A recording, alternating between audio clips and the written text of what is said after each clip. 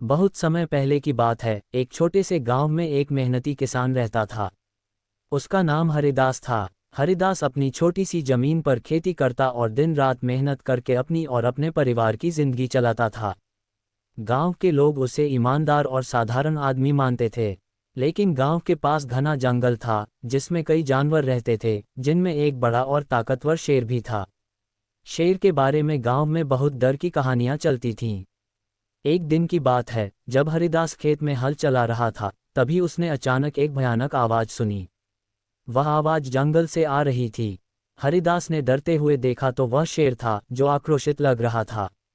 शेर घायल था और चलने में असमर्थ।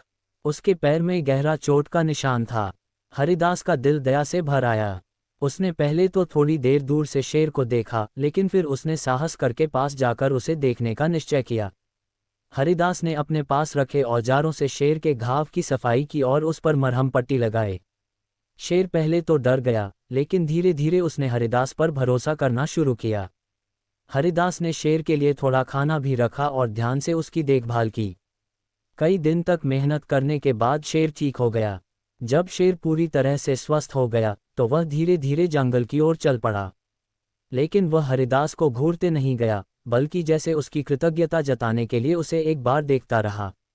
गांव के लोग ये देखकर चकित रह गए कि किसान ने शेर की मदद की थी। उन्होंने सोचा था कि शेर तो खतरनाक जानवर है, लेकिन हरिदास ने साबित कर दिया कि दया और करुणा से हर बाधा को पार किया जा सकता है। समय बीतता गया। एक दिन जब गांव पर दूसरे शिकारी शेर ने हमला कर दिया, तो वही शेर आया और उसे दौड़ा दिया। हरिदास की बहादुरी और उसकी दया का फल उसे मिला था। गांव के लोग अब हरिदास को न केवल मेहनती किसान बल्कि एक सच्चा नायक भी मानने लगे।